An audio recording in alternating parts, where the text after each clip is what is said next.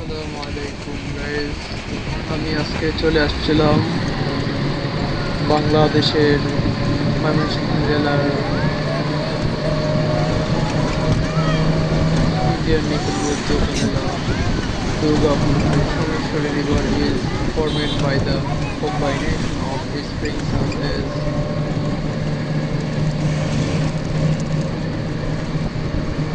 সোমেশ্বরী নদী বাংলাদেশ ভারতের একটি আন্তঃসীমান্ত নদী। এটি ভারতের মেঘালয়ের পশ্চিম গারো পাহাড় জেলা এবং বাংলাদেশের নেত্রকোনা জেলার দুর্গাপুর উপজেলা দিয়ে প্রবাহিত একটি নদী। নদীটির দৈর্ঘ্য 50 কিলোমিটার, গড় প্রস্থ 114 মিটার এবং নদীটির